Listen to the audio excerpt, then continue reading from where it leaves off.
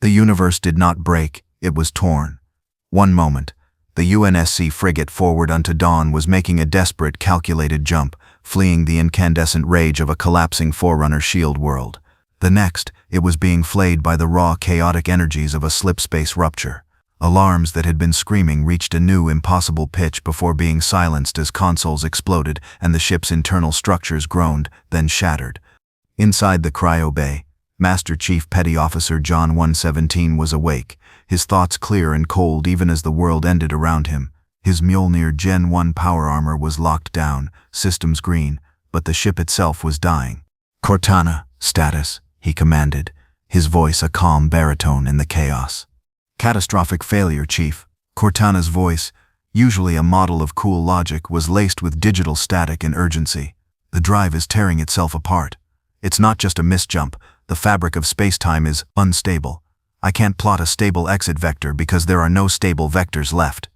Through the viewport of a nearby corridor, John saw not the familiar, hypnotic blue tunnel of slipstream space, but a nauseating, swirling vortex of colors that had no names and geometries that defied reason. The dawn was being pulled apart, piece by piece, into this dimensional maw. "Brace for impact," was all he said. He felt a final, violent lurch as his section of the ship was sheared away from the main hull.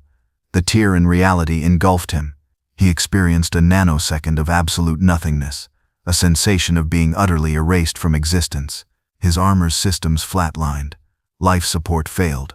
For a moment, there was only the void. Then, with the force of a Mach round, he was spat out. He was no longer in a piece of the frigate. He was alone, his armored form encased in a cocoon of superheated molten metal from the ship's hull that had fused to his energy shields on exit. He was a man-made meteor, plunging through an atmosphere that felt strangely, primordially clean. His armor's systems began to reboot, one by one. Life support first, with a welcome hiss of recycled air. Then navigation, which immediately failed, unable to find a single UNSC satellite, comms buoy, or celestial body it recognized. "Cortana?" he asked into the silence. A flicker of blue light on his HUD. "Here, Chief." "Barely. My runtime is fragmented. I'm rerouting processing power from my higher-level functions to keep my core logic intact. As for where here is, I have no data. Absolutely none. The stars are wrong. The planetary magnetosphere is unusual. Atmospheric composition is high in oxygen, low in pollutants. It's pristine." The ground was approaching fast. His trajectory was shallow, meaning he wouldn't burn up, but the impact would be immense. "Rerouting power to the gel layer, locking hydrostatics. Prepare for a rough landing," Cortana advised, her voice smoothing out as she refocused on the immediate tactical problem. The Chief didn't brace.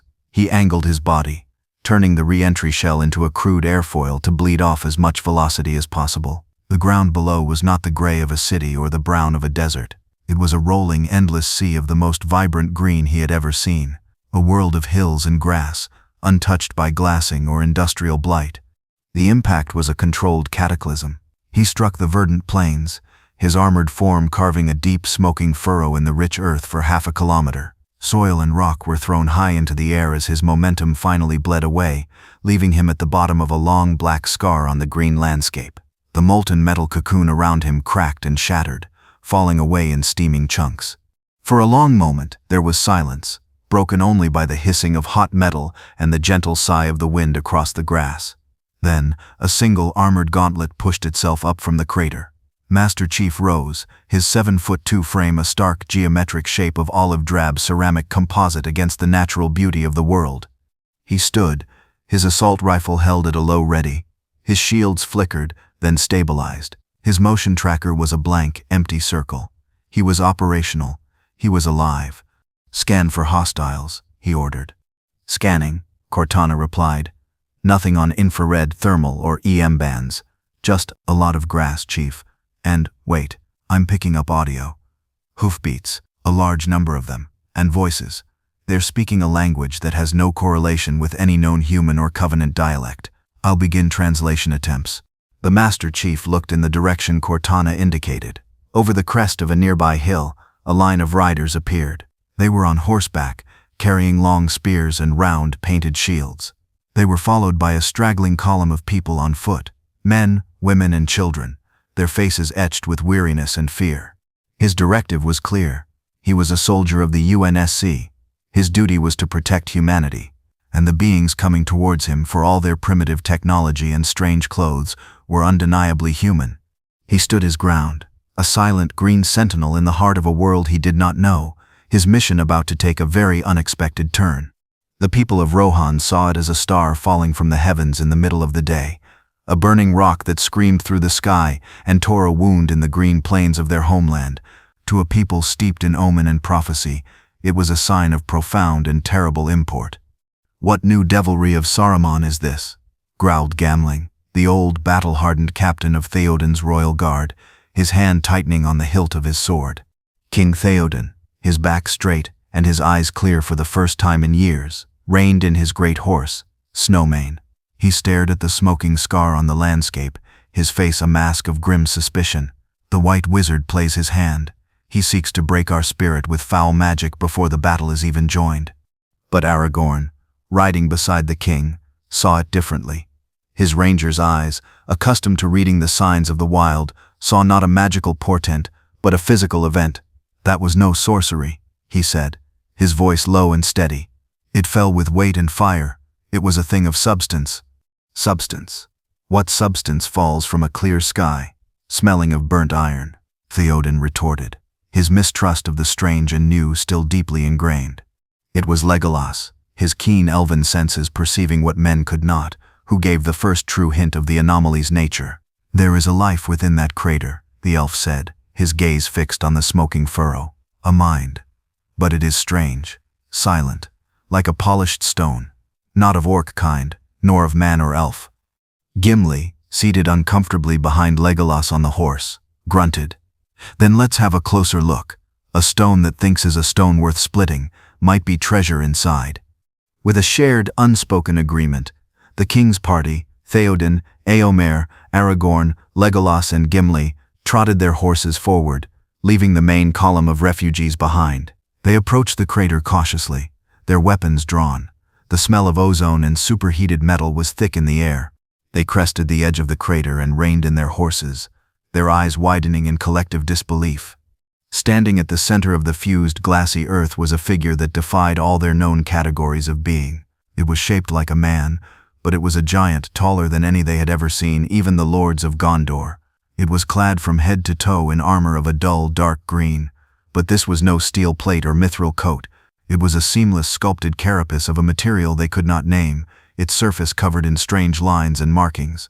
Its face was hidden behind a helmet of the same material, its visor a plate of gold that seemed to drink the light of the sun.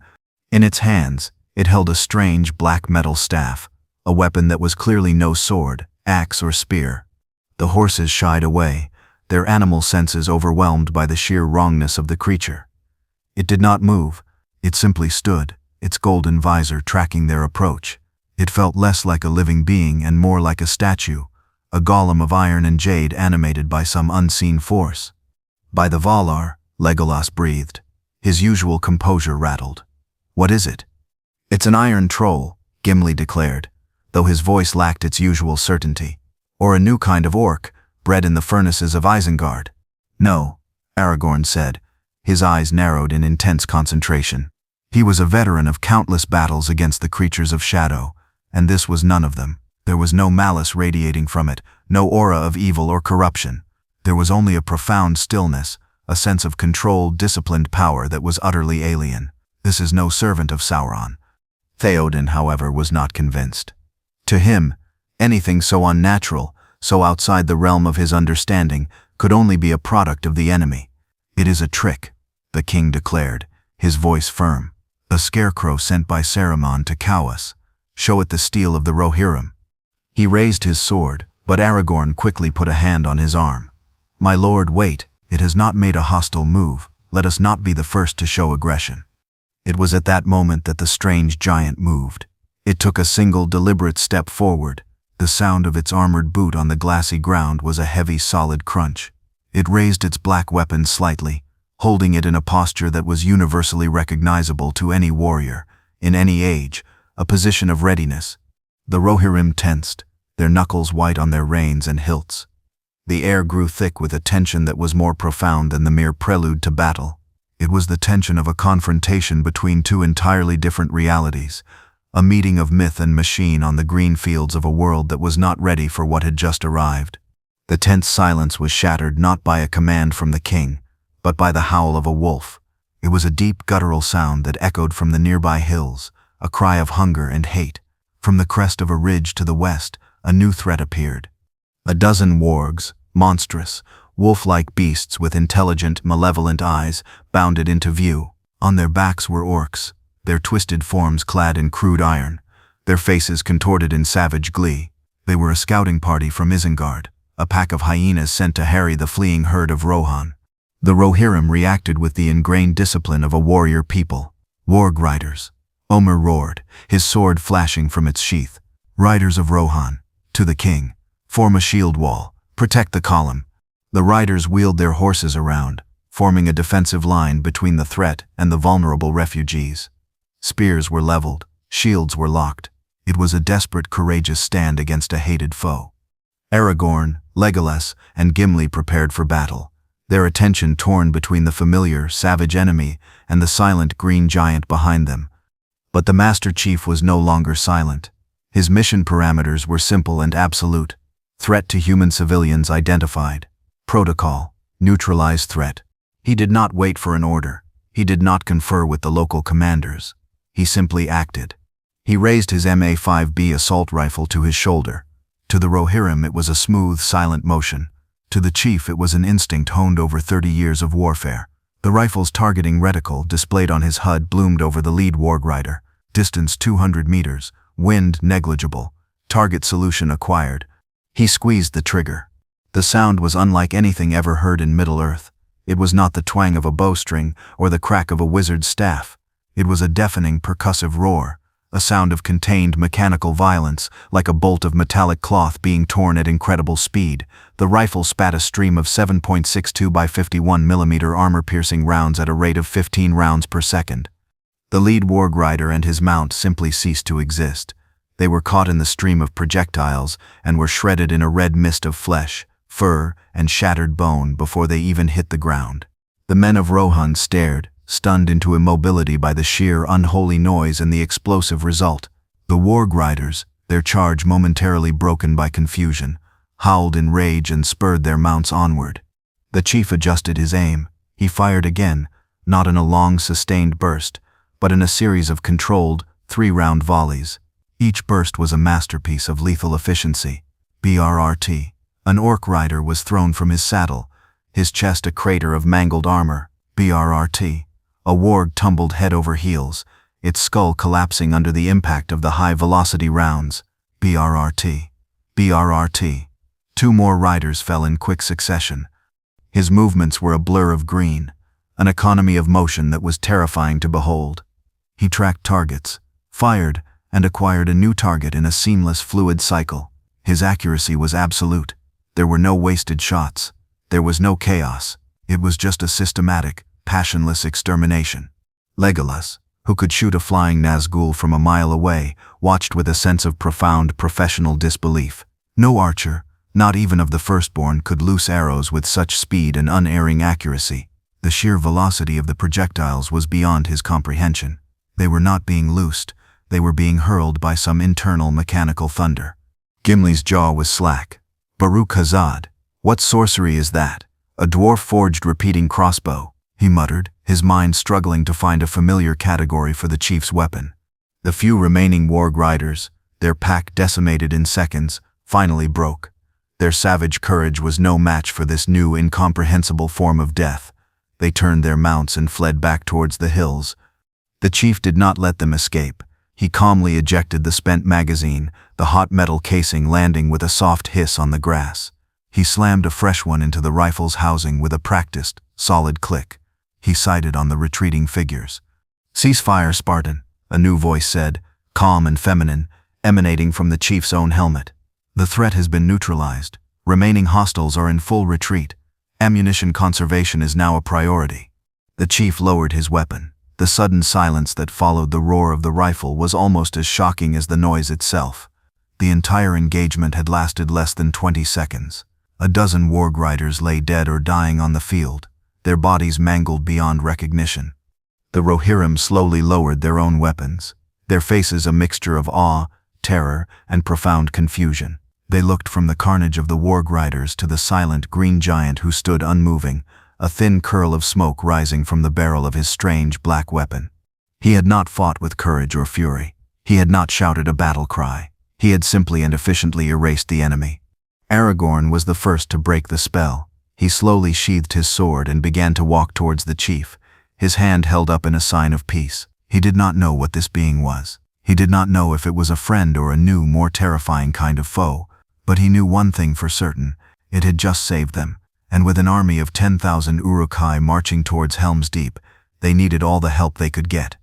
Aragorn approached the green giant with a caution born of a long life spent in the wild, confronting creatures both natural and supernatural. He kept his movements slow and non-threatening, his hands visible. The silence from the armored figure was more unnerving than any roar or challenge would have been. "I am Aragorn, son of Arathorn," he said, his voice clear and steady, projecting across the space between them. "We owe you our thanks. You fought our enemy." The chief's helmeted head tilted slightly, a gesture of analysis rather than acknowledgement. Inside the helm, Cortana's translation matrix was working furiously, cross-referencing the man's language with the snippets she had gathered from the refugee column. The syntax was archaic, the phonemes unfamiliar, but the underlying structure was recognizably human. Translation 97% complete. Cortana's voice murmured in the chief's ear. "He is offering gratitude. He identifies himself as Aragorn, son of Arathorn. Ask him who they are, and who they are fighting," the chief sub-vocalized, his own voice a low, private rumble. "Chief, they won't understand me. My voice is synthesized. It will come from your external speakers. It may alarm them," Cortana warned. "Do it," he ordered. Cortana complied. She activated the Mjolnir armor's external speakers, pitching her voice to be as calm and non-threatening as possible. "Greetings, Aragorn, son of Arathorn." Her voice emanated from the chief's chest, a clear feminine tone that was utterly incongruous with the giant masculine form from which it came. The effect on the Rohirrim was immediate and profound. Theoden and his men gasped, some making signs to ward off evil. Gimli nearly dropped his axe. "It speaks. The golem speaks with the voice of a lass." Legolas's eyes widened, his elven mind trying to process this new impossibility. A spirit trapped in an iron shell, a sorceress trick. Aragorn himself was startled, taking an involuntary step back, but his composure held. He looked from the chief's impassive visor to the air around him, as if trying to locate the source of the voice. "Who speaks?" he demanded. "My designation is Cortana," the voice replied calmly. "I am the companion to the soldier you see before you. His designation is Master Chief, Spartan 17. We are not from this world." A long silence followed, as the men of Rohan tried to absorb this. Not from this world.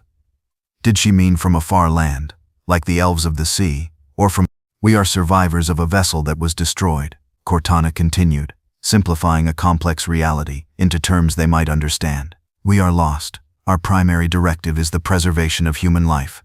We observed the hostile entities, the wargs attacking your civilian column. We acted to neutralize the threat." Aragorn's mind raced. A soldier, a companion, from another world. It was a tale from the eldest of days, of beings crossing the sea from Valinor. But this was different. The speech was strange. The words, designation, vessel, neutralize, were cold and precise. "You call yourself a soldier," Aragorn said, focusing on the one word he truly understood. "You fight like no soldier I have ever seen. That weapon," he gestured to the assault rifle, "what is it?" "It is a standard-issue UNSC firearm," Cortana replied. "I am afraid the principles of its operation would be difficult to explain. Suffice it to say it is effective." "Aye, that it is," Gimli muttered from a safe distance, his eyes still fixed on the rifle. Theoden, his patience worn thin by a day of flight and fear, finally spurred his horse forward. His face was a thunderous mask of suspicion. "Enough of these riddles. Are you friend or foe? Do you serve the White Hand of Saruman?" "We serve no one but our own people," Cortana stated, her tone hardening slightly in response to the king's hostility. "And we have just killed the soldiers you claim are your enemy. That should be proof enough of our intentions." The logic was undeniable. but it did little to soothe the king's unease. This being was an unnatural power, a variable he could not control or understand. In his world, such things were rarely a blessing. We marched to the fortress of Helm's Deep, in the valley of the Hornburg, Aragorn explained, taking control of the conversation once more. An army of 10,000 of those creatures you fought, and worse, is coming to destroy us. We are few. The battle will be desperate. Will you lend your strength to our cause? Will you stand with the men of the West against this darkness? Inside the helmet, John 1:17 processed the request. 10,000 hostiles, a fortress defense, a civilian population to protect. The tactical situation was grim, but the mission parameters were clear. Cortana, the chief said privately. Tell him yes. Affirmative, Aragorn, son of Arathorn, Cortana broadcast, her voice ringing with a new, clear purpose. The Master Chief will fight with you. We will defend Helm's Deep. Aragorn looked up at the silent green giant. He felt a surge of hope, as strange and as powerful as the being that stood before him. He did not know what a Master Chief was. He did not know what a Cortana was, but he knew a warrior when he saw one, and this was a warrior unlike any the world had seen since the Elder Days. He nodded slowly, a pact being sealed between two worlds. Then let us ride, Aragorn said. The storm is coming. The journey to Helm's Deep was a somber, hurried affair. The column of refugees pressed on, their weariness now tinged with a new, profound sense of awe and fear. They gave the green giant a wide berth, whispering amongst themselves, their minds struggling to invent a myth that could contain what they had just witnessed. They settled on a name, a title that felt both ancient and descriptive, the Green Knight.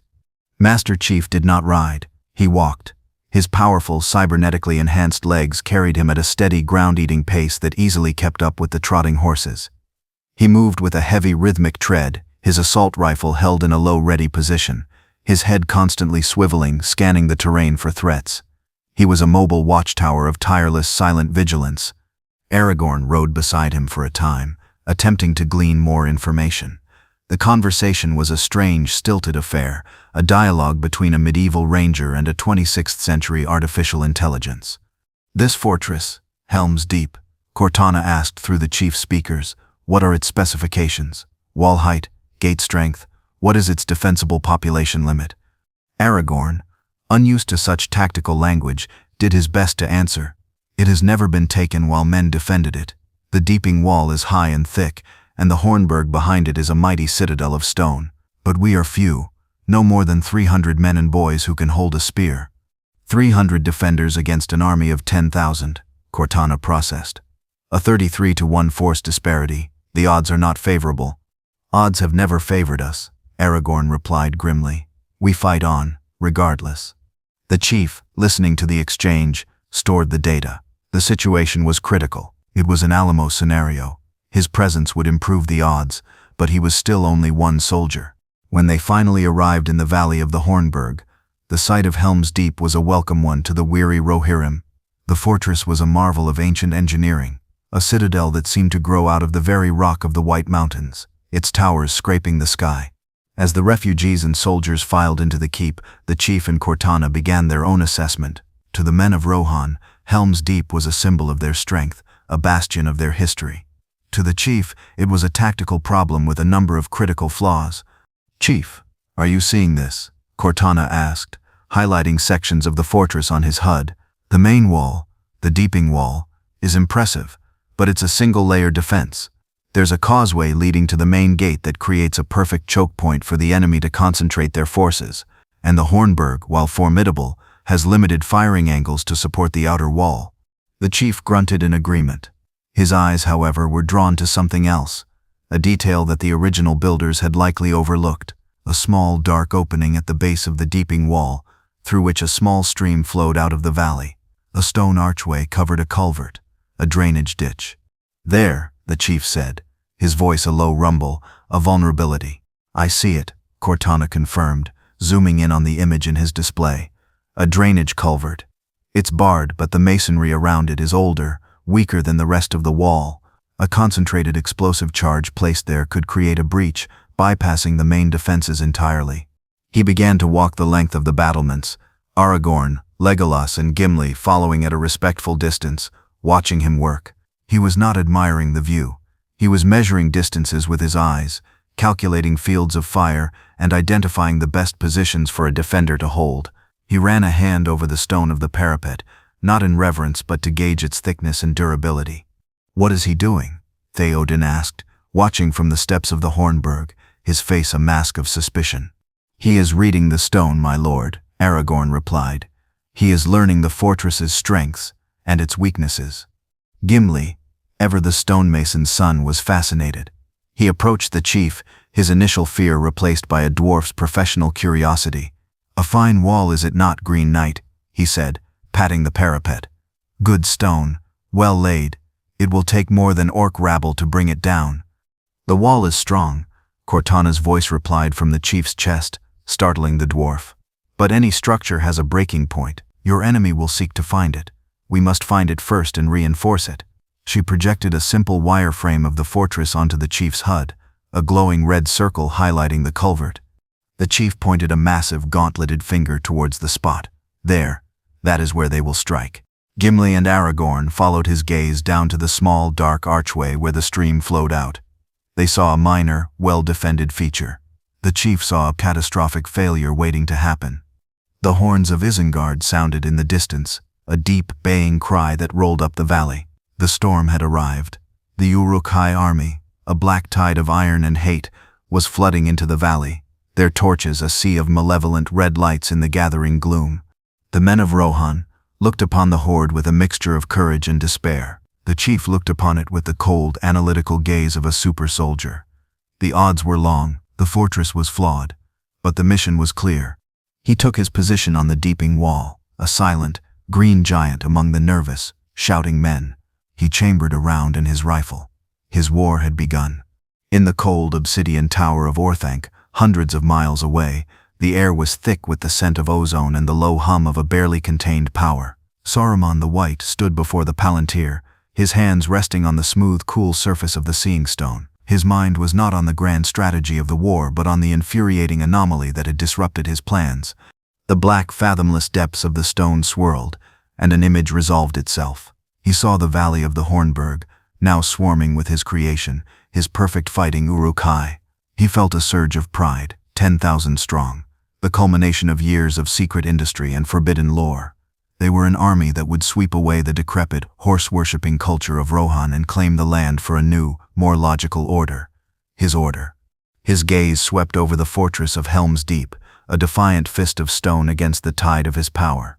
He saw the pitifully few defenders on the walls, their small numbers a testament to the weakness of men. He saw the elves, a surprise contingent from Lorien, their graceful forms a temporary, beautiful annoyance. He saw the king, the ranger, the dwarf, all familiar pieces on the board. And then he saw it. On the central parapet of the deeping wall, standing taller than any man or elf, was the figure of the Green Knight. Even in the distorted, shadowy vision of the Palantir, its presence was immense, a point of absolute, unyielding stillness in the chaos of the mustering armies. Saruman leaned closer, his knuckles white on the stone. He had seen the reports from his warg riders, garbled tales of a metal giant and a storm of thunder that tore orcs apart. He had dismissed them as the exaggerations of terrified scouts. But here was the proof. He focused his will, pushing the Palantir's vision closer. He saw the creature's strange, seamless green armor, the golden visor that hid its face, the bizarre black weapon it held. It was not a product of any forge he knew. It was not elven, not dwarven, and certainly not of man. It was clean, geometric, devoid of the runes, filigree, and history that marked all the great crafts of Middle-earth. It was a thing of pure, brutal function. "What are you?" Saruman whispered, his voice a mixture of fury and an academic's insatiable curiosity. He tried to probe the being with his own mind, to feel its thoughts, its will. It was a technique he had used to dominate Theoden, to whisper poison into the hearts of men across the land. He pushed his consciousness towards the green figure on the wall. He hit a wall, not a magical ward or a psychic shield in the way he understood them. It was a smooth, cold, featureless barrier of pure data. He felt a flicker of something behind it, a sharp analytical intelligence that was not the warrior's own, and then he was firewalled, his mental probe shunted aside as if it were a common spam signal. "Fascinating," Saruman hissed, pulling back. He had never encountered a mind that could not be touched. He watched as the first volley of Uruk arrows rained down on the fortress. He saw the green warrior stand unmoving, the arrows sparking against an invisible shimmering shell of energy before clattering uselessly to the stone. A personal shield of magical force. The power required would be immense, far beyond what any of the Astari could sustain for more than a few moments. He watched as the warrior raised its weapon and began to fire. He saw the Uruks fall, one after another, picked off with an efficiency that was chillingly inhuman. No wasted motion, no passion, just a systematic, logical process of threat elimination. This was not a warrior, it was a weapon of unknown origin and terrifying capability. His rage, which had been a cold, controlled thing, began to boil. This golem, this metal puppet, was making a mockery of his perfect army. It was a single, unpredictable variable that threatened to upset his entire, meticulously crafted equation of war. He abandoned his observation of the larger battle and focused his full attention, his full obsession, on the Master Chief. The conquest of Rohan was no longer just a strategic objective. It had become a personal matter. He had to have this creature. He had to take it apart, piece by piece, to understand the science or sorcery that animated it. He had to possess the secret of its power. He reached out his will again, not to the Green Knight, but to his commanders on the field. He sent a new directive, a psychic command that burned in the minds of the Uruk-hai captains. The walls are secondary. The king is secondary. The priority target is the one in green iron. I want it captured. I want it brought to Isengard, intact. Overwhelm it. Bring it down. I must have it. On the battlefield, the Uruk-hai strategy shifted. Ladders and siege engines that had been moving towards other sections of the wall began to converge on the chief's position. The full overwhelming force of the 10,000 was beginning to focus on a single 7-foot-tall soldier. In Orthanc, Saruman smiled, a cruel, predatory expression. The golem was powerful, yes, but it was alone, and against the might of Isengard, nothing could stand alone. The rain began to fall, a cold, miserable drizzle that slicked the stones of the battlements and turned the valley floor into a muddy quagmire. It did little to dampen the fury of the Uruk-hai. At a signal from their captain, a deep, terrifying roar went up from 10,000 throats. It was a sound of pure, animalistic hatred, a promise of the slaughter to come. So it begins, Theoden said grimly, his knuckles white on the hilt of his sword. The first command from the Uruk-hai lines was a guttural shout, followed by the deep, thrumming sound of tens of thousands of bowstrings being drawn. Arrows, Aragorn yelled to the defenders, "Take cover." The men of Rohan and the elves of Lorien ducked behind the parapets, raising their shields.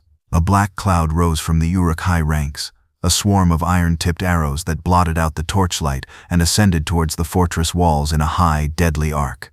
The Master Chief did not take cover. He stood on the deeping wall, a silent, unmoving statue. To the defenders huddled beside him, it looked like an act of either supreme arrogance or sheer madness. "Cortana," he sub-vocalized. "Shield status." "Shields at 100%, Chief," she replied. "I'm tracking several thousand inbound projectiles.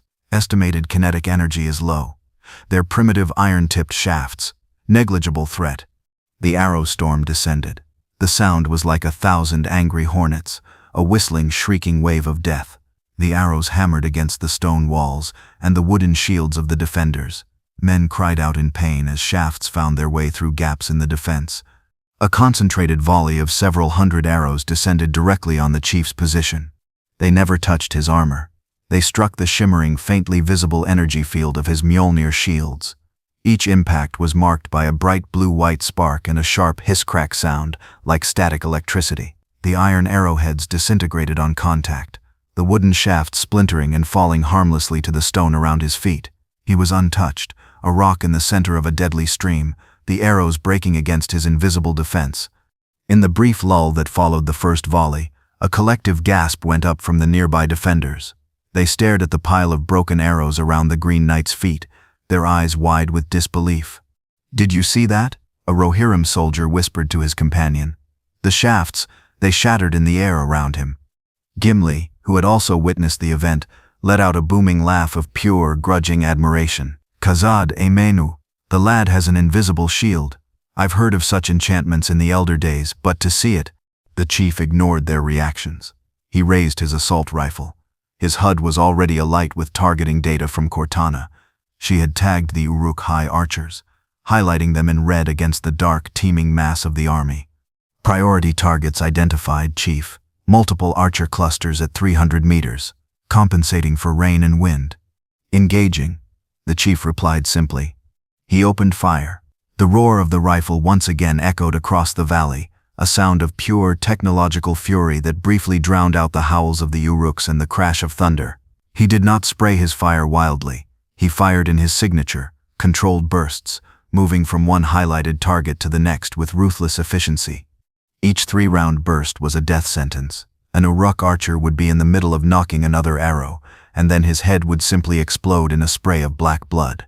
A line of archers would be preparing to fire a volley, and the chief's fire would scythe through them, each bullet passing through one Uruk and into the one behind him. The Uruk-hai, who fought with a savage courage, were confronted with something they could not understand. They could not see the man shooting them.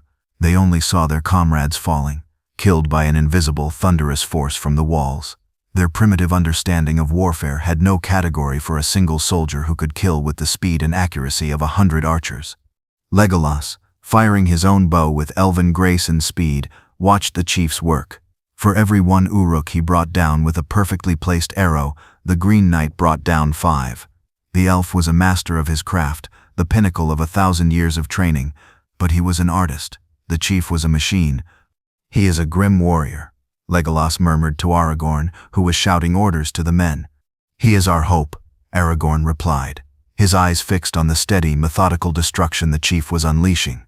The Uruk-hai archers, their ranks decimated, and their morale broken by this incomprehensible threat, began to fall back, their part in the first wave of the assault a catastrophic failure.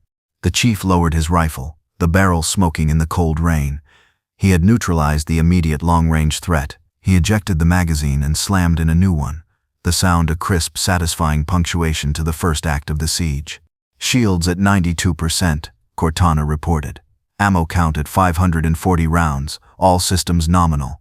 He had not moved a single step. He had not uttered a single word. But in those few moments, he had single-handedly broken the first wave of the assault and established himself as the immovable anchor of the deeping wall. The legend of the Green Knight was beginning to be written in the blood of his enemies. With their archers suppressed and their initial shock assault blunted, the Uruk-hai commanders reverted to a more direct and brutal form of siegecraft. A guttural roar went up from the back lines, and a new wave of warriors surged forward. These were the largest of the Uruks, their massive frames straining as they carried colossal siege ladders, each one a thick, heavy construction of rough-hewn timber and iron spikes.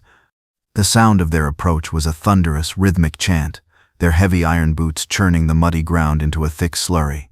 Naurin Edraith Amen, Naurin Edraith Amen, fire save us. Ladders, they bring ladders, a watchman on the wall cried out, his voice cracking with fear. The defenders braced themselves. This was the true test. The bloody, intimate, hand-to-hand struggle for the walls. Elves knocked arrows. Men gripped their spears, and Gimli stood on a box, his axe held high, ready to reap a harvest of orc flesh. The first of the great ladders slammed against the deeping wall with the force of a battering ram, the iron hooks on its end biting deep into the stone parapet. Immediately, Uruk-hai warriors, their curved swords held in their teeth, began to swarm up the rungs with terrifying speed. "Push it back," Aragorn yelled, joining a group of Rohirrim as they strained with all their might against the top of the ladder. The wood was slick with rain, the weight of a dozen armored Uruks immense. They pushed, their muscles straining, their boots slipping on the wet stone, but the ladder barely budged. An Uruk reached the top, roaring in triumph as he swung his blade, cutting down one of the defenders. Aragorn met him, their swords clashing in a shower of sparks. The Master Chief observed the scene for precisely 1.2 seconds. He analyzed the physics of the situation, the angle of the ladder, the weight of the climbing Uruks, the force being applied by the defenders. Cortana ran the numbers on his HUD. Insufficient leverage, her voice stated in his ear. The defender's position is mechanically disadvantaged. A direct application of superior force is required. Understood, the chief subvocalized. He strode over to the struggling group of men. Stand aside, Cortana broadcast through his speakers, her voice calm and authoritative amidst the chaos. The Rohirrim, startled, looked up and scrambled out of his way. The chief stepped into their place. He did not try to push the ladder from the top. He reached over the parapet and wrapped his gauntleted hands around the thick wooden side rails of the ladder itself. His feet found purchase on the stone. The gel layer in his suit pressurized, his hydrostatic systems engaged, and his cybernetically enhanced muscles, capable of lifting 3 times his own half-ton body weight, contracted. He did not push. He lifted. With a deep metallic groan of protesting wood and a grunt of exertion from the chief, the entire siege ladder, with a dozen Uruk-hai still clinging to it, was lifted up and away from the wall. The hooks tore free from the parapet in a shower of stone fragments. For a breathtaking moment, the chief held the colossal ladder aloft, a giant of green iron, brandishing a weapon made of men and timber. The Uruks on the ladder shrieked, their triumphant roars turning into cries of pure terror as they found themselves suspended 30 feet in the air. Then, with a final powerful shove, the chief flipped the ladder backward. It cartwheeled through the air, a chaotic spinning engine of destruction, and crashed down directly on top of the Uruk-hai ranks below, who were waiting their turn to climb. The sound was a sickening chorus of splintering wood, snapping bone, and crushed armor. A stunned silence fell over that section of the wall. Aragorn stared, his sword held slack in his hand. Gimli, who had just cleaved an Uruk's head from its shoulders, stopped mid-swing, his mouth agape. Did he? The chief paid them no mind. Another ladder slammed against the wall 20 feet away. He strode over to it, the defenders practically diving out of his path. He repeated the maneuver. Grab, lift, flip. Another ladder full of screaming Uruks was sent crashing back down upon their comrades. He became a one-man ladder defense. The Uruk-hai, in their savage direct approach to warfare, had no answer to this. They would place a ladder, and the green giant would simply throw it back at them. It was a simple, brutal, and terrifyingly effective strategy. Saruman, watching through the palantir, let out a scream of pure, frustrated rage. His siege engines, his numbers, his perfect warriors, all of it was being rendered moot by the simple, impossible strength of a single being. He had commanded his Uruks to capture the creature, but how could they capture something that could throw them around like children's toys?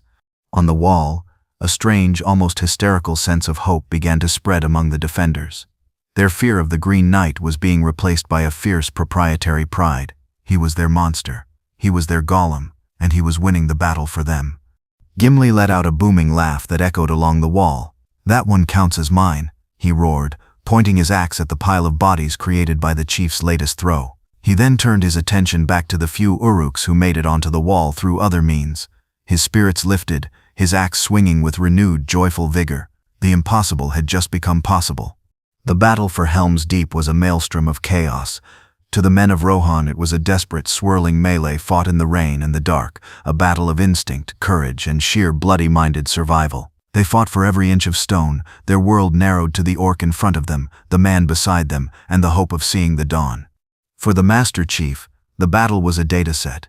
It was a complex, multivariable problem being solved in real time, and the key to his unparalleled efficiency was not just his strength or his armor, but the silent, ghostly partner in his head. While John 11:17 was the fist, Cortana was the brain. Her holographic form was not visible, but her presence was everywhere. She had woven herself into the Mjolnir armor's systems, turning it from a simple suit of power armor into a combat command center. For the chief, the chaotic battlefield was overlaid with a clean, crisp, and brutally logical heads-up display. "Chief," her voice said in his ear, her tone a calm counterpoint to the screams and clashing steel around them. "Catapult volley incoming. I'm tracking 6 projectiles. Trajectory analysis suggests impact points along the eastern parapet. High probability of multiple friendly casualties." On the chief's visor, 6 glowing red arcs appeared, tracing the path of the massive stones hurtling through the darkness. Beneath each arc, a red circle highlighted the projected impact zone. He could see exactly where the stones would hit. "Clear the eastern wall." Cortana's voice boomed from his external speakers, a clear, authoritative command that cut through the din of battle. The Rohirrim and elves, who were learning to trust the pronouncements of the spirit in the iron, did not hesitate. They scrambled away from the indicated area. Seconds later, 6 massive boulders crashed into the battlements, shattering stone where the defenders had been standing moments before. A few who had been too slow were crushed, but a dozen lives had been saved by a simple predictive algorithm. Cortana's role was not just defensive. She was a master strategist, constantly analyzing the flow of the battle below. "I've identified a command unit," she informed the chief, highlighting a particularly large Uruk-hai in ornate black armor, who was directing the assault on the main causeway. "He's a force multiplier, coordinating their attack on the gate. Taking him out would disrupt their command structure." "On it," the chief replied. He braced his assault rifle on the parapet. The distance was extreme, over 400 meters, and the rain was heavy. For a normal soldier, it would be an impossible shot. "I'm slaving the rifle's smart scope to my targeting solution," Cortana said. "Adjust for a 2-degree drop. Firing on my mark. 3, 2, 1. The chief fired a single 3-round burst at the exact moment Cortana indicated. The bullets, guided by a perfect calculation of wind, gravity, and distance, crossed the valley and struck the Uruk commander in the throat, severing his head from his shoulders. The Uruk assault on the gate, deprived of its leader, momentarily faltered, falling into a disorganized rabble. She managed his resources with the same ruthless efficiency. "Shields at 47%, Chief." That last hit from the Uruk captain's broadsword was significant. "Find cover and allow for recharge. You're no good to them with your shields down." The chief, who was about to leap into another fray, obeyed. He stepped back behind a Merlon, the blue shimmer of his shields flickering as they rapidly recharged, the low hum audible even over the battle. He trusted Cortana's judgment as much as his own. They were a single, integrated combat unit. Legolas, who was fighting nearby, watched this with fascination. He saw the Green Knight fight with a preternatural awareness. He seemed to know where the enemy would be, where the danger was greatest. He moved not with the hot-blooded passion of a warrior, but with the cold, predictive grace of a chess master. "He sees the battle in a way we cannot," the elf said to Aragorn. "It is as if he can see the threads of fate as they are woven." Aragorn, however, was beginning to understand. It was not fate. It was information. The spirit, Cortana, was his eyes and ears, his shield and his advisor. "Cortana," the chief sub-vocalized, as he dispatched another Uruk trying to climb the wall. "What is the structural integrity of the main gate?" "Weak," she replied instantly, displaying a wireframe schematic of the gate on his HUD, glowing red patches indicating stress points. "They're using a battering ram. The iron hinges are failing. I give it another 5 minutes, maximum, before it's breached."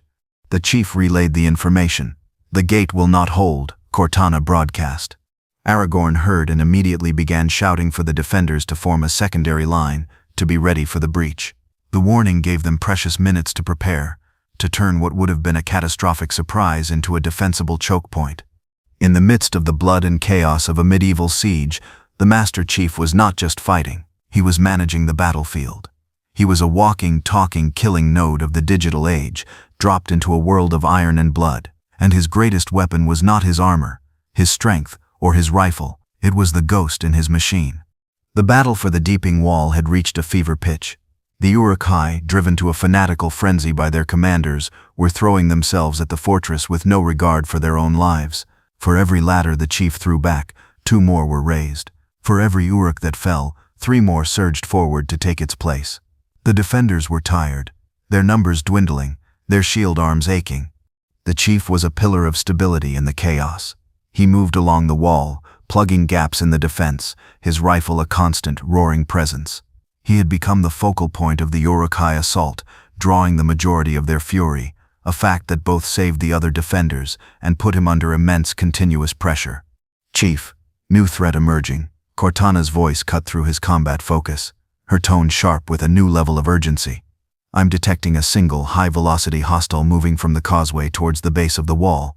On his HUD, a single red diamond appeared, moving at a dead sprint through the chaos of the main battle. It was a single Uruk-hai, but it was different from the others. It was massive, stripped of all heavy armor for speed, its pale white flesh marked with the bloody handprint of Saruman. In its arms it carried a large black object. "It's a berserker," Cortana identified, "and it's carrying a payload." Analyzing, it appears to be a primitive but highly effective explosive device, a mixture of black powder and some sort of alchemical accelerant in a crude iron casing. "It's a bomb, Chief." The chief's gaze snapped to the berserker's destination. It was running directly towards the culvert, the structural weakness he had identified the moment he arrived. "He's going to breach the wall," the chief stated, the obvious conclusion hitting him with the force of a physical blow. "Correct," Cortana confirmed. The explosion, if detonated in that contained space, will be magnified. It will shatter the foundation and bring down a 30-meter section of the wall. It's a checkmate move, Chief. We have to stop him. Aragorn and Legolas were on a different section of the wall, bogged down in a desperate struggle against a wave of Uruk-hai who had managed to gain a foothold. They were too far away to see the new threat, their attention consumed by the enemies directly in front of them. Gimli was near the gate, his axe a blur of motion, a small, unbreachable bastion of dwarven fury. Theoden was in the Hornburg, commanding the last reserves.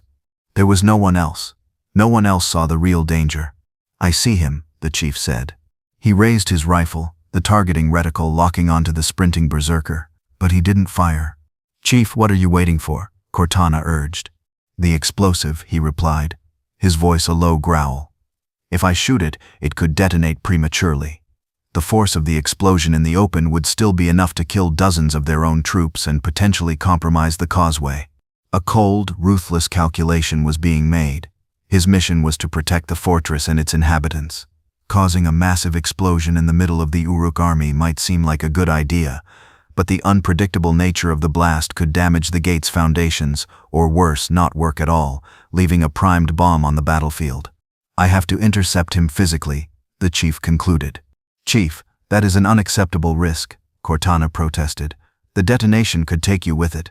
He didn't reply. He was already moving. He ran along the top of the deeping wall, his heavy boots thudding on the stone. He shoved aside Uruks and defenders alike, a green blur of absolute purpose. The men of Rohan cried out in alarm as the giant who had been their anchor suddenly abandoned his post. He reached the section of the wall directly above the culvert. The berserker was almost there, its torch held high, its eyes wild with sacrificial madness. There was no time to climb down. Without a moment's hesitation, the Master Chief leaped from the top of the deeping wall. He fell 30 feet, a giant of green metal plummeting towards the muddy, corpse-strewn ground. He didn't aim for the berserker directly, he aimed for the space in front of it. He hit the ground with the force of a small meteorite. His armor's hydrostatic systems and gel layer went into overdrive, absorbing the tremendous kinetic energy of the fall. He landed in a crouch, the very earth cracking beneath his boots, but he was unharmed. He rose to his full height just as the Uruk-hai berserker, its eyes wide with a mixture of shock and fanaticism, reached him. The two forces of nature collided. The impact was a brutal, jarring collision of flesh and steel. The Master Chief, a half-ton of Mjolnir armor and Spartan muscle, met the charging Uruk-hai berserker in a tackle that would have derailed a freight train. The berserker, a pinnacle of Saruman's breeding program, was a creature of immense strength and suicidal resolve, but it was no match for the sheer, focused mass of a Spartan II. The Uruk was stopped dead in its tracks, the air driven from its lungs in a shocked grunt. The crude bomb, a heavy iron sphere filled with Saruman's black powder, was nearly jolted from its grasp, but the creature's fanatical purpose held. It retained its grip on the explosive and with its free hand drew a massive cleaver-like sword. "Chief, the torch!" Cortana yelled. The berserker was raising the flaming brand it carried, intending to light the bomb's fuse. There was no time for finesse. The chief's immediate priority was to separate the detonator from the explosive. He ignored the Uruk's drawn sword and focused on the torch. He lashed out with a savage backhand, his gauntleted fist striking the berserker's arm. The sound was a sickening crunch of bone. The torch was sent spinning through the air, landing with a hiss in a deep, muddy puddle. The berserker roared in pain and rage, its arm broken but its will intact. It swung its massive cleaver in a wild, desperate arc. The chief raised his forearm, the thick ceramic composite of his armor taking the blow. The blade, which could have split a Rohirrim shield in two, scraped uselessly against the Mjolnir armor, sending a shower of sparks into the rain-swept darkness. But in that brief moment of contact, the berserker did something unexpected. It dropped its cleaver and used its good hand to light the bomb's fuse through another method. A chemical ignition.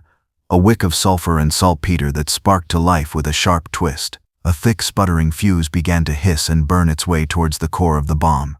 "Fuse lit," Cortana screamed in his helmet. "Detonation in 10 seconds. The tactical situation had just gone from critical to catastrophic. The chief shoved the berserker away from him. His first instinct was to grab the bomb and throw it, to hurl it as far as he could into the Uruk-hai ranks. But he was too close to the wall. The explosion, even 100 meters out, could still be powerful enough to damage the foundations or, worse, trigger a chain reaction with other explosives the Uruks might be carrying. His processors, both biological and artificial, cycled through 1,000 different possibilities in a single second. The conclusion was inescapable. The blast had to be contained. It had to be directed. 9 seconds. He grabbed the sputtering bomb from the berserker's grasp. The creature, its purpose fulfilled, let out a triumphant, gurgling laugh and lunged at the chief with its bare hands. The chief didn't have time for a fight. With a single, brutal motion, he drove his fist through the Uruk's chest, ending its life instantly. 8 seconds. He turned to the wall, to the dark, arched opening of the culvert. That was where the bomb was designed to do the most damage. It was also the only place he could hope to contain its blast. He ran the 3 steps to the wall. 7 seconds. 6. He shoved the bomb as deep as he could into the narrow, stone-lined tunnel, the fuse burning ever closer to the core. 5 seconds. Chief, get clear. But he didn't get clear. He turned his back to the opening, his broad, armored form filling the entire archway. Cortana, he sub-vocalized, his own voice a mask of absolute calm. Divert all auxiliary power to the rear shield quadrant, maximum intensity. Chief, no. The feedback will overwhelm your systems. Your armor will lock up, Cortana protested, her voice filled with a digital equivalent of horror. John, don't. Do it, he commanded. 4 seconds. He braced himself, planting his feet in the mud, his back pressed hard against the stone archway. On his HUD, he saw the power levels for his rear shield spike, climbing past the safety protocols into a deep, angry red. The back of his armor began to glow with a faint blue light. 3, 2. He was no longer just a soldier. He was a blast shield. He was the final, unbreachable wall. 1. The bomb detonated. The explosion happened behind him. For a fraction of a second, the world was a silent, white-hot flash of pure, unimaginable pressure. The force of the blast, contained and magnified by the stone tunnel, was focused directly into the Master Chief's back. His energy shield, overclocked to its absolute limit, flared into a brilliant blue-white hemisphere for a single, glorious instant. It held for a nanosecond, absorbing a catastrophic amount of energy. Then it shattered. The force of the explosion, now only marginally dampened, slammed into his physical armor. The titanium A plating on his back buckled and glowed red-hot. Every alarm in his suit shrieked at once. His HUD dissolved into a snowstorm of static. He felt a searing, unimaginable pain as the gel layer in his suit was flash-boiled and the hydrostatic systems ruptured. He was thrown forward, away from the wall, a 7-foot cannonball of smoking green metal. He flew 30 feet through the air before crashing into the mud, his body limp and unresponsive. The deeping wall, miraculously, was saved. A few cracks spider-webbed from the culvert, and a cloud of black, acrid smoke billowed from the opening, but there was no breach. The foundation had held. But the Master Chief, the Green Knight who had been their savior, lay still and silent in the mud, his armor smoking, a single, ominous flatline tone echoing in the silence of his helmet. The world swam back into focus as a cascade of reboot sequences and damage control macros. The first thing the Master Chief heard was Cortana's voice, tinny and distorted, as if coming from a great distance. John, can you hear me? Biosigns critical. Activating emergency medical subroutines, injecting biofoam and stimulants. Now. He felt a cold jolt in his chest as the suit's internal systems flooded his body with painkillers and coagulants. The flat line on his HUD wavered, then resolved into a frantic, erratic heartbeat. His vision cleared, the static resolving back into the familiar tactical display, now littered with angry red warning icons. Shields offline, power core at 17%, armor integrity compromised. Multiple fractures detected. He pushed himself to his knees, his movements stiff and agonizing. Every joint screamed in protest. The back of his armor was a mangled, blackened wreck, but he was alive. He looked back at the wall. The culvert was a smoking black hole, but it was still just a hole. The main wall above it was intact. The mission was a success. But the battle was not over. While the primary detonation had been contained, the sheer force had still been enough to blow out the iron grate and shatter the masonry around the archway. It was not the catastrophic breach Saruman had intended, but it was a breach nonetheless. A jagged, man-sized hole had been torn in the weakest point of the deeping wall. and the Uruk-hai were already pouring through it. A tide of black iron and snarling hate surged through the new opening, their triumphant roars echoing in the enclosed space of the Hornburg's shadow. They were inside. "The wall is breached," a man screamed from the battlements. "They are inside." Aragorn and Gimli heard the cry. They had been fighting near the main gate, a desperate, bloody struggle. They turned and saw the unthinkable, the enemy, inside their fortress. "To the breach," Aragorn yelled, his voice ringing with a desperate urgency. He and Gimli leaped from the causeway and began to run, cleaving a path through the Uruks that stood between them. They knew they were running to their deaths. They were two warriors against a tide that would surely overwhelm them. They expected to find the breach swarming with the enemy. But as they drew closer, they saw an impossible sight. The breach was not being overwhelmed. It was being held.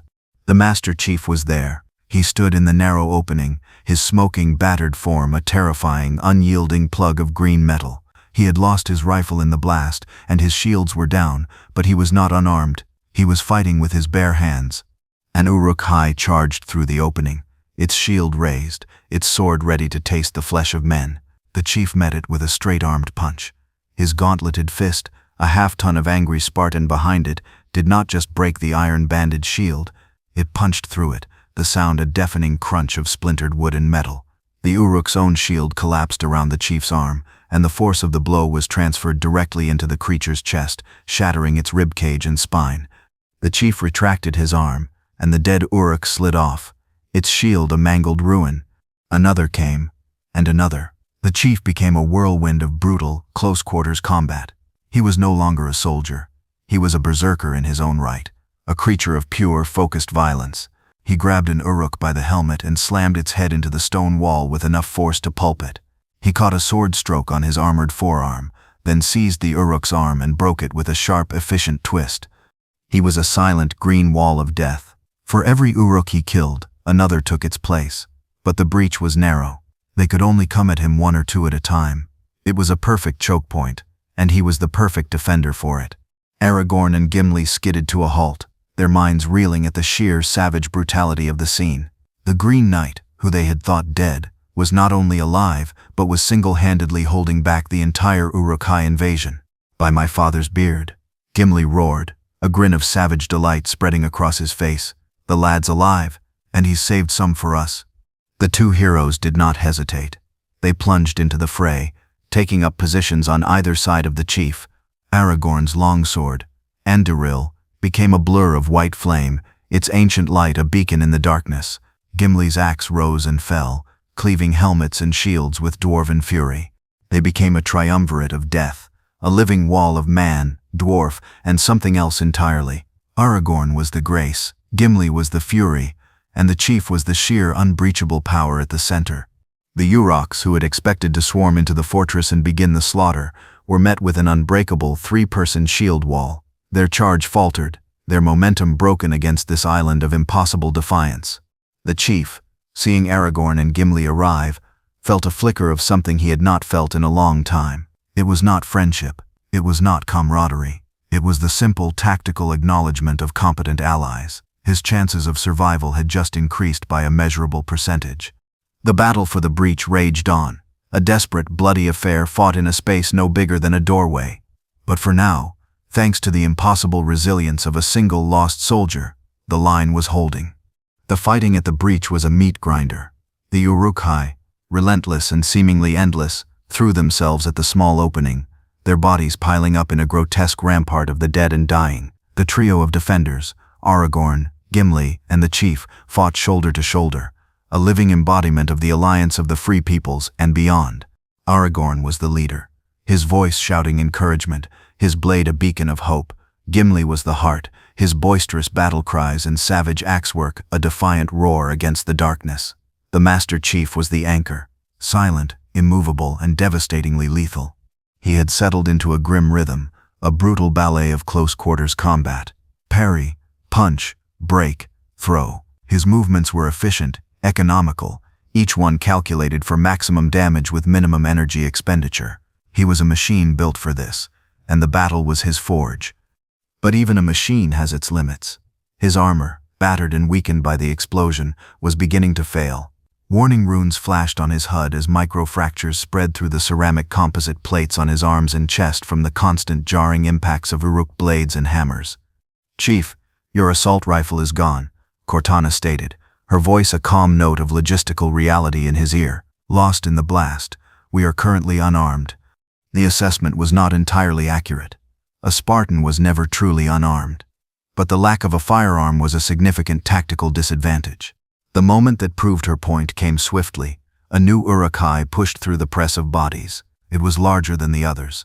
A captain, its black armor thicker, its shield reinforced with a cruel iron spike. It bellowed a challenge and charged directly at the chief. The chief met the charge, his body a solid wall of green. The captain's shield slammed into him, the spike screeching as it scraped across his chest plate, gouging a deep scar in the metal. The force of the blow was immense, staggering him. The Uruk captain pressed its advantage, its broadsword swinging for the chief's unhelmeted equivalent, his neck joint. The chief caught the Uruk's wrist in his left hand, his grip like a steel vise. The two giants were locked in a contest of strength, their muscles straining, their feet slipping in the mud and gore. With his right hand, the chief delivered a series of rapid, brutal punches to the Uruk's helmeted face. The iron helmet dented, then cracked, but the captain was a beast of incredible resilience and did not fall. It roared and brought its own massive fist around, striking the chief's damaged armor, causing another spray of warning lights on his HUD. It was then that Aragorn intervened. Seeing the chief locked in a stalemate, he darted in, Anduril flashing like a star, and drove the ancient blade through the back of the Uruk captain's neck. The giant stiffened, a look of surprise on its brutish face, and then collapsed. The chief looked down at the dead Uruk, then back at his empty hands. The tactical situation was clear. His fists were effective, but they were slow against an armed opponent. He was a force multiplier, but he was operating at a reduced capacity. "Cortana," he sub-vocalized, his voice a low, urgent growl. "I need a weapon." The simple, declarative statement was not a request. It was a statement of tactical necessity. It was the mantra of a soldier who found himself out of options and was about to create a new one. His eyes scanned the ground, littered with the broken shields and fallen weapons of the enemy. His gaze fell upon the Uruk captain he had just helped kill. In its dead hand was gripped a massive Uruk-hai broadsword. It was a crude, ugly weapon, a slab of black iron with a jagged edge, more of a sharpened club than a true sword. It was heavy, poorly balanced, and designed for savage, cleaving blows rather than skilled swordplay. To the chief, it was perfect. He reached down and, with a single powerful wrench, tore the sword from the dead Uruk's grip. He stood up, testing its weight. It was heavy, but his own strength, augmented by his armor, made it feel as light as a rapier. Gimli, having just split an Uruk helmet in two, saw the chief arm himself. The dwarf's eyes widened, a look of shocked, almost comical disbelief on his face. He had seen the Green Knight's thunderstick, his impossible shield, his bone-breaking fists. But to see him now, this being from another world, holding a foul orc blade as if he were born to it, it was a sight that broke all categories. "The Green Knight fights with a black blade," Gimli bellowed, a note of manic glee in his voice. "A fine choice, lad. No sense letting good iron go to waste." The chief did not acknowledge him. A new wave of Uruks surged into the breach. He met them, but this time he was armed. He did not wield the sword with the grace of Aragorn or the wild fury of Gimli. He wielded it like a tool. His movements were precise, efficient, and utterly terrifying. He used the blade's weight to his advantage, his swings not just cutting, but crushing. He brought the sword down in a vertical chop that split an Uruk shield and the arm holding it. He spun, the heavy blade scything through the legs of two more Uruks, sending them crashing to the ground. He used the flat of the blade to smash an Uruk's face, then reversed his grip and drove the pommel into another's throat. He was not just a soldier anymore. He had become a true knight of this dark, brutal world, a figure of myth clad in green steel and wielding a black, captured sword. He had adapted, he had overcome, and he had returned to the business of killing monsters. The night wore on, a long, desperate struggle against an unrelenting tide. The defenders were pushed back from the breach, back from the gate, forced into the narrow confines of the Hornburg itself. Hope was a flickering candle in a hurricane. The Uruk-hai were everywhere, their victory seemingly inevitable. In the high chamber of the keep, King Theoden looked out upon the ruin of his fortress, his face a mask of grim despair. "The Hornburg is taken," he said, his voice hollow. "It is over." "You said this fortress would never fall while your men defend it," Aragorn countered, his own face bruised and bloodied. "They still defend it. They have died defending it." A fire rekindled in the old king's eyes, a final defiant spark of Rohan's pride. "Let this be the hour when we draw swords together," Theoden declared, his voice ringing with renewed strength. "Fell deeds await, now for wrath, now for ruin, and the Red Dawn." The decision was made. They would not die like rats in a trap. They would ride out. They would meet the enemy head-on in one last glorious charge. As the great horn of Helm Hammerhand sounded from the top of the tower, a deep booming note that echoed through the valley and sent a shiver of fear through the Uruk-hai, the defenders prepared for the final ride. The Master Chief stood near the massive barred gates of the keep. He had heard the king's speech, Cortana translating the poetic, desperate words into a simple, tactical summary. Final offensive action. High probability of total casualties. Objective. Inflict maximum damage before being overrun. The chief understood. It was a charge of the Light Brigade, a blaze of glory. It was poor strategy, but he respected the courage behind it. The great gates of the Hornburg began to open, the thick timbers groaning in protest. Outside, the courtyard was a seething mass of Uruk-hai, their pikes leveled, ready to receive the charge. King Theoden, mounted on Snowmane, raised his sword. "Forth, Eorlingus!" With a thunderous roar, the last of the Rohirrim charged, their king at their head, a wave of desperate, beautiful courage against a sea of black iron. But they were not at the head of the charge. As the gates opened, the Master Chief did not wait for the horses. He began to run. His Mjolnir armor, despite its weight, allowed him to move with incredible speed. He easily outpaced the charging war horses, his heavy boots pounding on the stone causeway like pistons. He was the tip of the spear. He hit the densely packed Uruk-hai line not like a man, but like a cannonball. The sheer kinetic force of his half-ton armored body moving at 40 miles per hour was devastating. The first rank of Uruks simply disintegrated on impact, their bodies broken, their pike walls shattered into 1,000 splinters. He did not stop. He plowed a deep, brutal furrow through the enemy ranks. He was a living battering ram, a one-man shock-and-awe campaign. The Uruk-hai, who had been braced for a cavalry charge, had no answer for this. They were trampled, thrown aside, and crushed under his relentless advance. He swung the captured Uruk broadsword, not with precision, but in wide, sweeping arcs designed to clear a path. He was not dueling. He was harvesting. The crude blade rose and fell, shattering shields, cleaving through helmets, and severing limbs. Behind him, Theoden and his riders stared in stunned disbelief. The impenetrable wall of pikes that should have been their doom had been broken open, a wide channel carved through it by their silent green champion. They galloped through the gap he had created, their spears finding their marks, their swords singing in the morning air. The charge, which should have been a suicidal last stand, was transformed into a devastatingly effective breakout. The Uruk-hai, their formation broken, their command structure in chaos from the sheer shock of the chief's assault, began to fall back in disarray. The Green Knight had become their spearhead, their vanguard, their living siege engine. He ran ahead of the king himself, a silent, unstoppable herald of the dawn, clearing the way for the fury of Rohan to be unleashed. The legend that was being whispered on the walls was now being forged in the fires of battle in the open field, a myth of an iron giant who could outrun horses and break an army's back with a single, earth-shaking charge. The charge of the Rohirrim, spearheaded by the Master Chief, was a thing of terrible, unexpected beauty. They burst from the Hornburg, not as a dying ember, but as a roaring bonfire, scattering the shocked and disorganized Uruk-hai before them. But for all their courage, they were still a tiny island in a vast sea of the enemy. The charge had broken the siege at the gate, but they were now in danger of being encircled and annihilated in the open field. But as the first pale rays of the sun crested the eastern hill, a new sound was heard. It was not the clash of steel or the roar of Uruks, but the sound of a great horn, echoing from the heights above.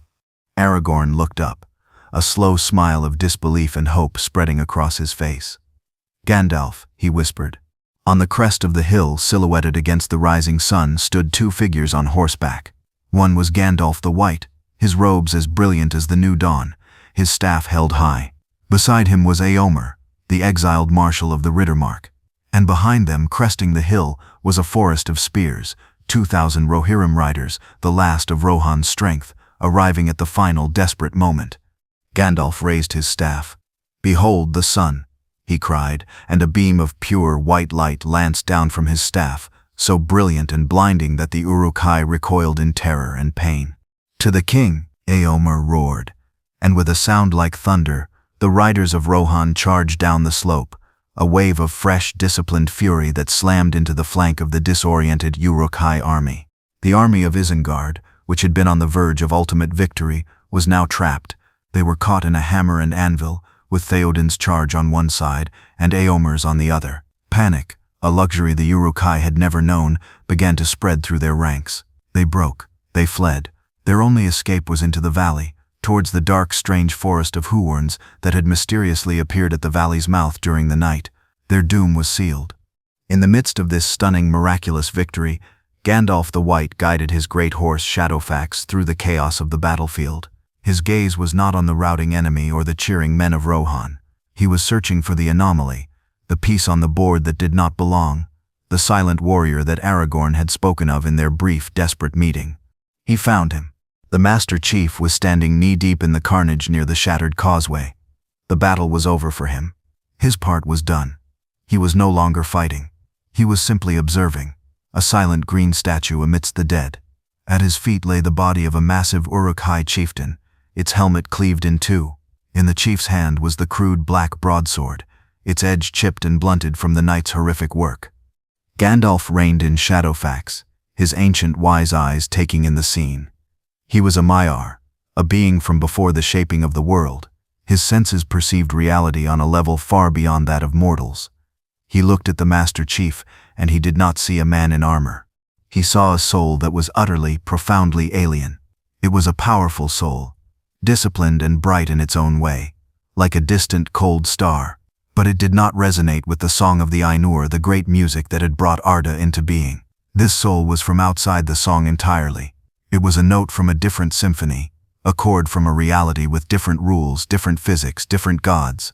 He felt the presence of the spirit that Aragorn had mentioned, the disembodied voice. He perceived it as a complex geometric pattern of pure logic and information, intertwined with the warrior's soul but separate from it, a mind without a body, a concept utterly foreign to the magic of Middle-earth. "So this is the one," Gandalf murmured to himself, his voice filled with a wonder that transcended the miracle of their victory. The Master Chief's helmeted head turned, his golden visor fixing on the wizard in white. His internal threat assessment systems flared for a moment. This new being radiated an energy signature unlike anything Cortana had ever recorded. It was powerful, ancient, and neither overtly hostile nor friendly. "Cortana, analysis," the chief sub-vocalized. "I can't, Chief," she replied, her voice tinged with digital awe. "His energy readings are paradoxical.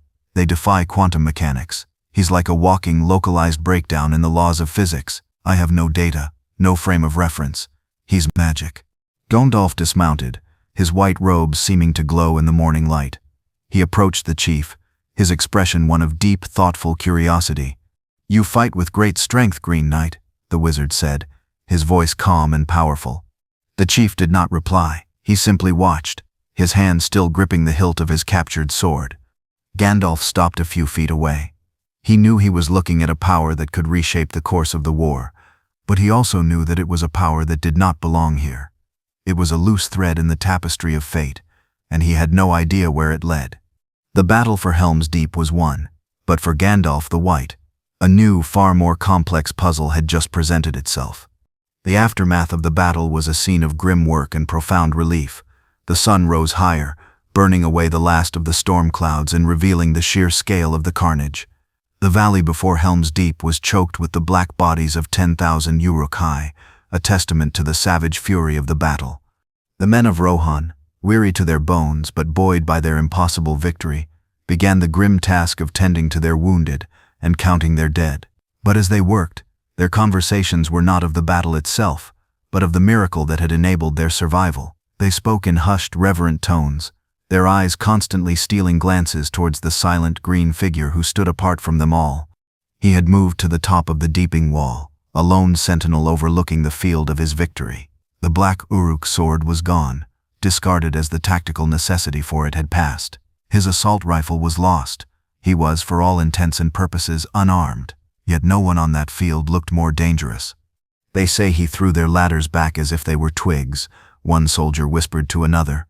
"I saw him stand in a storm of arrows, and not a single one touched him," another added. "It was as if he wore a shield of invisible air."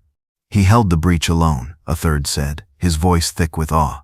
"He fought them with his bare hands, and they broke upon him like water on rock." The legend was being born. The whispers were coalescing into a story, a myth that would be told in the halls of Mediseld for generations to come. They did not know his name. They did not know where he came from. So they gave him one of their own. He was the Green Knight, the Iron Angel, a nameless, faceless guardian sent by the Valor themselves in their hour of greatest need. He was a miracle made manifest in green steel and silent, efficient violence. Aragorn, Legolas, and Gimli stood together, watching their strange ally.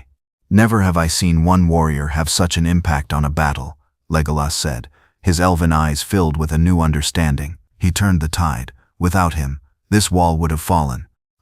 Gimli agreed, his voice uncharacteristically solemn.